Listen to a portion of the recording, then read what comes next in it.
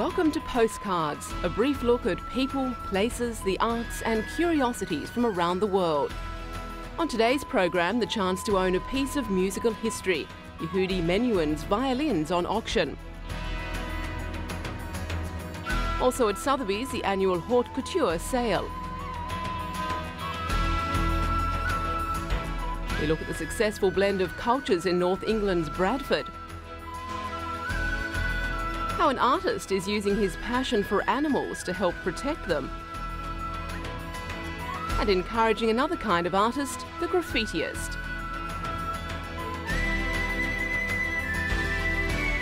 But first up, collectors from around the world flock to Birmingham in the Midlands for Britain's biggest sale of antiques. The annual Antiques for Everyone fair has something for all tastes and budgets, from Victorian napkins through to silver jewellery, pottery, porcelain and ceramics. Going for a song, a classic harp priced at $20,000 US is aimed at the serious collector, but most of the 500,000 items up for sale at the fair can be snapped up for a modest sum. Dealers realise that casual buyers and browsers represent a big slice of the market.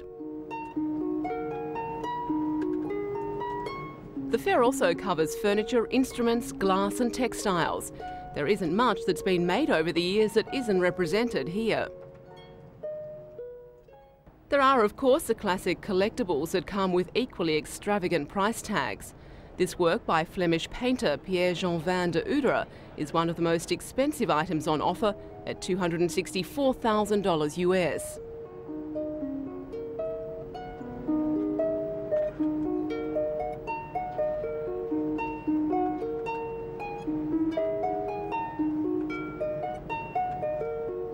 Big buyers are alerted to lucrative investments via the internet. Businesses devoted to listing antiques on the World Wide Web have come to Birmingham to lure buyers and sellers to their service.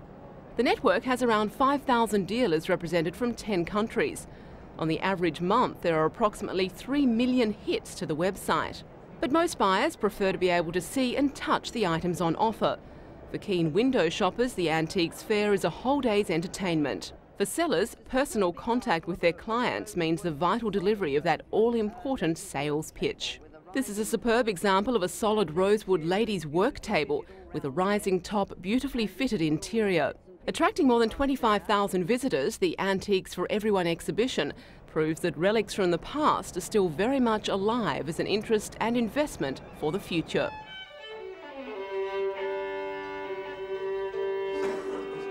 He was acclaimed as one of the greatest musicians of the 20th century. He had his first lesson at 4 and went on to stun audiences throughout his entire career, renowned for his fresh, natural style of playing. Recently, music lovers the world over were given the opportunity to own a piece of his rich musical legacy. 40 of Yehudi Menuhin's violins and bows would be auctioned at Sotheby's. The collection is estimated to raise around $800,000 US.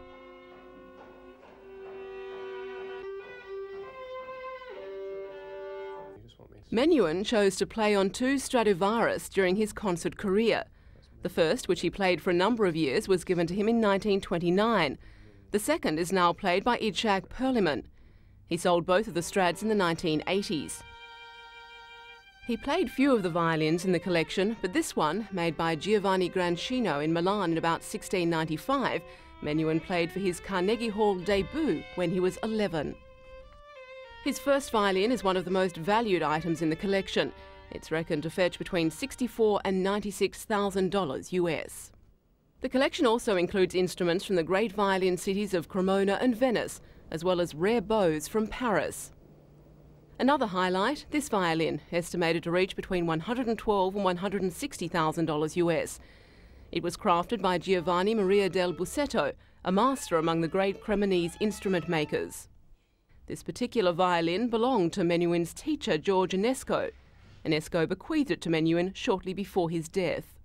Truly unique among the lots on offer is this violin, complete with a hand-carved image of Lord Menuhin. And bows, handmade by Francois Tort. Lord Menuhin also leaves behind him one of his most enduring legacies, the Yehudi Menuhin School for Talented Young String Players, founded in 1963 in Surrey, England. From the elegance of Christian Dior to the psychedelic and the tasty, it was a true celebration of fashion in the 20th century. Aptly named Passion for Fashion, the auction, an annual event at Sotheby's in London, attracts worldwide attention. But it's not only from the fashion industry. Interest also comes from private collectors, fashion historians and museums. But that's hardly surprising. It's one of the only places you can buy the old and the new creations of nearly all the famous and not so famous fashion designers, from Coco Chanel and Christian Dior to more recent names like Ozzie Clark and Vivienne Westwood. The items have come from all over the world, some taken from fashion houses, others from the depths of bedroom wardrobes. This auction had the Lady Karina Frost collection of Ozzie Clark pieces, an Emilio Pucci collection from the States, a Vivienne Westwood from London, and Schlumberger Haute Couture from Paris. And for anyone looking for that special outfit, this could be the place to shop. If you're daring enough, you could always go for this Vivienne Westwood creation, complete with mirrored fig leaf. And if that's not quite your style, there's always this Givenchy purple puffball. Or a classic ball gown, courtesy of John Galliano. The sale also featured the Patrick Litchfield collection of fashion photographs. It's the first time his work has been sold at auction. Many of the items fetched prices that far exceeded catalogue estimates. The 1933 Hermes woolen ski suit, here on the right, sold for $26,000 US, more than 3 times the pre-sale expectations. This Chanel olive green dress with chocolate brown tulle fetched $27,600 US, the second highest price of the auction. A celebration of art and design of the last century. More than 65 dealers from Europe and the United States joined British fellows for the 20th Century at Olympia exhibition, the best of what was made throughout the 20th century. The designers and artists range from the more traditional arts and crafts movement through Art Nouveau to those of the present day. With prices ranging from $32 US to tens of thousands, the organisers claim the show appeals to everyone. And for many, it's a great place to pick up a gift, or something a little different maybe, for themselves. Whether they want to buy pictures, furniture or some ceramics or glass, the choice is right across the board. One of the highlights of the show is Design for Outrage, an exhibit capturing the punk movement of the 70s. It features original clothing from Sex, Vivienne Westwood and Malcolm McLaren's King's Road shop that offered the very first punk clothing. There's also promotional posters for the Sex Pistols and famous photographs of the era. These visual forms of dissent in the mid-70s forced themselves into the public eye. They are amazingly powerful images. Even now they've escaped from the immediate hysteria of that time. A new shape for the new millennium? This furniture by John Makepeace is the very latest in British design. And the unmistakable beauty of Clarice Cliff pottery.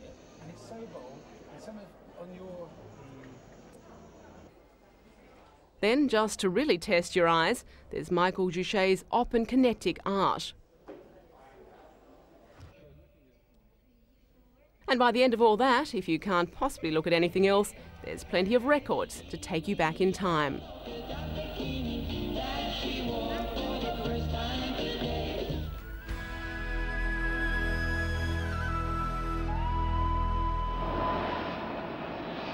In 1972, Ugandan dictator Idi Amin expelled 80,000 Asians from the country, claiming they were Britain's responsibility. Thousands, though, became stateless refugees, falling under the care of United Nations refugee agencies. Since coming to power, Amin believed the solution to Uganda's economic difficulties was to return the Asian population to Britain.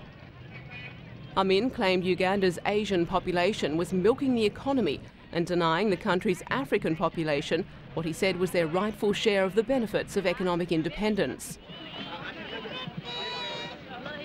50,000 of those exiled held British passports, and after a century of life in Africa, they were forced to start all over again in a new country.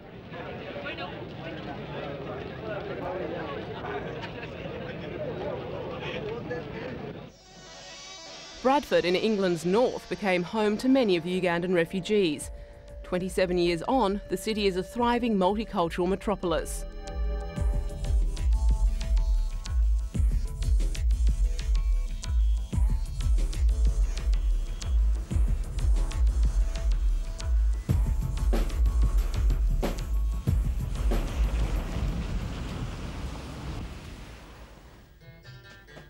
Bombay Stores is a family-run business entering its third decade of trading. What started out as a small concern catering for the needs of Bradford's mainly Pakistani and Indian populations has over the years developed into a multi-million-dollar export business. Now, in addition to saris and silks, Bombay Stores is the largest supplier of bridal fabrics in the north.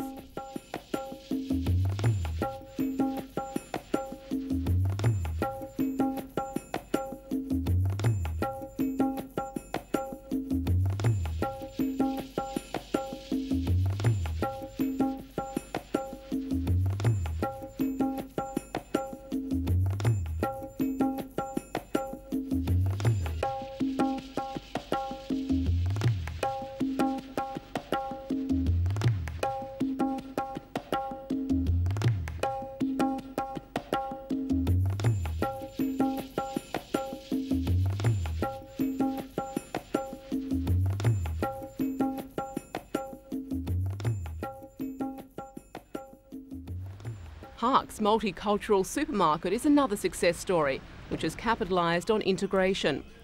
With over 10,000 product lines, the supermarket attracts customers from a variety of backgrounds, but remains true to its Islamic principles. Salim Ahmed had no experience in food retailing, but decided to found his supermarket on a basic business tenet: see what's missing and determine how you can do it better. He saw a hole in the market for Asian shopping, a need to expand from the small corner shop to the largest supermarket form of shopping. The philosophy has paid off. The supermarket is now undergoing a major overhaul, and while the diverse range of spices, sauces, pulses, rices and flours will remain, the store will be more modern in appearance. Hark's currently turns over $3.2 million US annually. Following the refurbishment, it's expected that figure will reach nearly $5 million US. The next stage for Hark's is the rollout of more stores in Muslim and Southern Asian communities across Britain. Curry is now the most popular takeaway dish in Britain, having even overtaken fish and chips.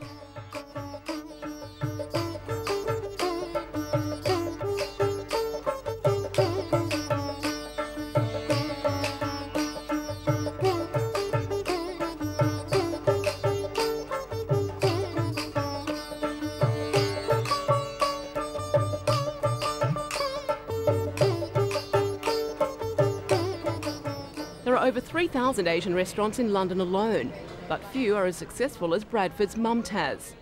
The business is another family venture which strictly adheres to the recipes of the family's matriarch.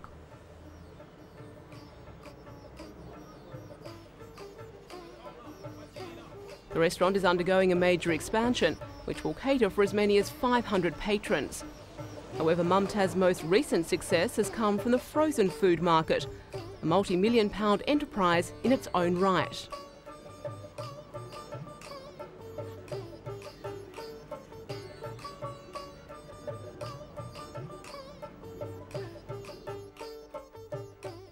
But for the second generation British Asian, food and fashion are making way for industries of the future.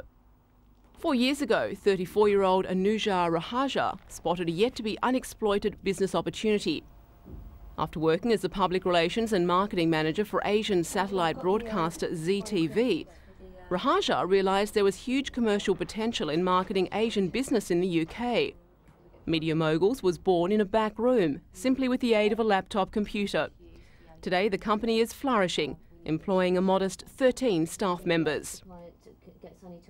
Anuja says that after being diagnosed with a neuromuscular disease when she was 18, she's driven herself twice as hard as her peers.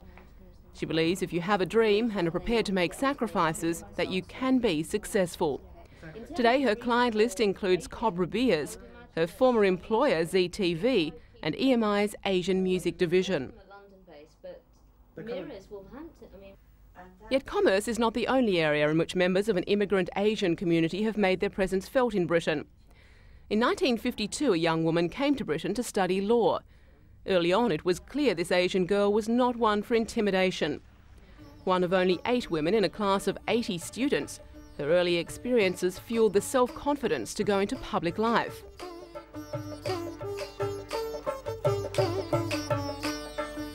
Baroness Flather became Mayor of Windsor and Maidenhead, An accomplishment she says was incredible, not because she thought she couldn't do it, but because of the community beliefs at the time. Her achievements culminated in a seat in the House of Lords.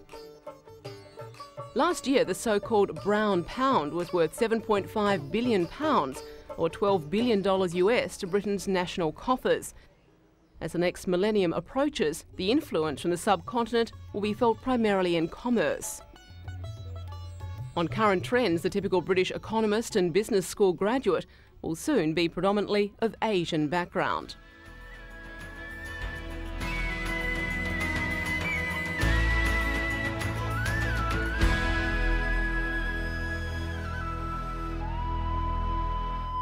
Inside this converted farmhouse in a tranquil village in Surrey, it's not surprising to find an artist hard at work. But for David Shepherd, it's not the rolling hills outside his window that inspire him, but the threatened wildlife of Asia and Africa. Paintings of tigers, elephants and rhinos have been tumbling from his easel for the last 40 years. But animals are more than a source of inspiration for him. Protecting them is his passion. Shepherd realised his blossoming career was due to the wildlife he painted and decided he had to do something for them in return. He started by using the proceeds of his picture sales to fund conservation projects. But in the early 1980s, David decided to get involved directly in protecting creatures like these from those hunting them illegally for their horns, hides or bone. So in 1984 he set up a foundation to target funds to run its own conservation projects and work in tandem with governments trying to protect wild animals from the ravages of the poachers. The foundation is run by Melanie Shepherd, one of David's 4 daughters. Auctions of pictures by her father and other wildlife artists, fundraising talks and mail order sales has so far netted over $4.8 million US for the foundation's work. Scenes like these were familiar ones in Africa before the 1989 ban on ivory trading. With some countries in Africa campaigning for the ban to be lifted, elephant poaching is on the increase again. The foundation is heavily involved in supporting government anti-poaching efforts in Zambia. They've lost 90% of their elephants from the ivory poaching since the early 70s, and now have only 25,000 elephants remaining. Poachers are frequently better armed than the scouts trying to protect wildlife. They can afford to be. There's big money to be made in, for example, the trade in rhino horn for use in traditional Chinese medicines. The foundation works to raise awareness in Europe as well as Asia of alternatives to rhino horn. Some of the foundation's programs have gained notable success, like the Siberian Tiger Project in the Russian Far East. About 5 years ago, there numbered around 150 tigers. Through setting up 5 anti-poaching units throughout the Russian Far East, the population has risen to approximately 400 tigers. But conservationists warn that the recovery of the Siberian tiger is precarious, and Asia as a whole has lost over 95% of its tigers in the last 60 years. It's in large measure due to David Shepherd's now world-famous paintings of the tiger that its plight has gained publicity.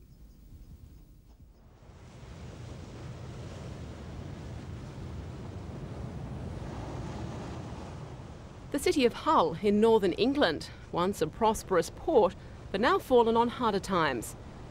Here, as in many places, the frustration of young people is often expressed by vandalism and outbreaks of graffiti. Now, Hull's local authority has recognised the creative potential of this phenomenon and created legal sites for graffiti artists across the city. They provide an outlet for an activity that's part of today's youth culture, somewhere they can hone their art skills without taking risks or doing harm.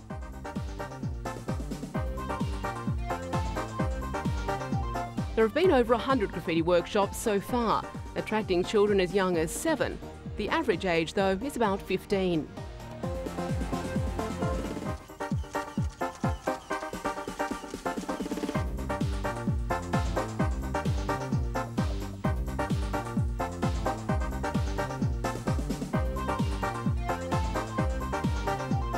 The graffiti artists like their names, their tag being seen and recognised.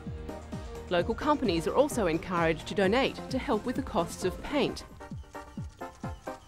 The youth centre workers say they're also addressing other social issues. Although it can be vandalism, it can't be denied that some of these works are done by very talented artists.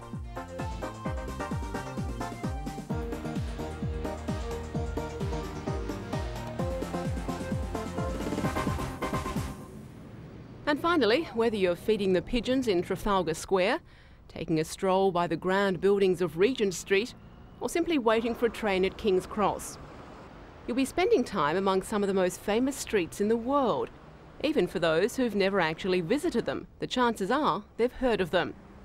Sites such as Piccadilly Circus and Marylebone Station have become immortalised by the Monopoly board. First appearing on the market in 1935, Monopoly has gone on to become the most popular board game ever sold. In just a few short hours, fortunes can be made and lost, players thrown into jail or forced into bankruptcy. But some players see it as more than just a game. These are the English, Northern Ireland, Scottish and Welsh Monopoly champions, all vying for the British title.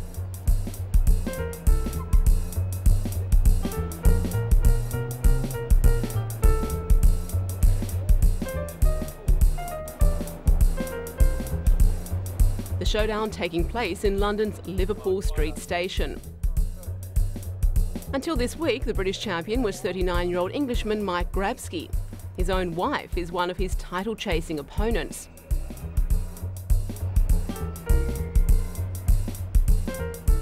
But after a long battle, it was Jeff Collins from Northern Ireland who emerged as UK champion. For the runners-up, though, all was not lost. They got to play on a $3 million board made of gold, complete with diamond-studded dice, gold houses and hotels encrusted with rubies and sapphires.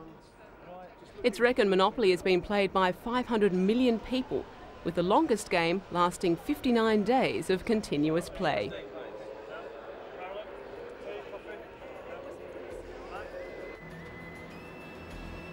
And that's all for today. Join us again next time for a postcard look at interesting people, places and the arts.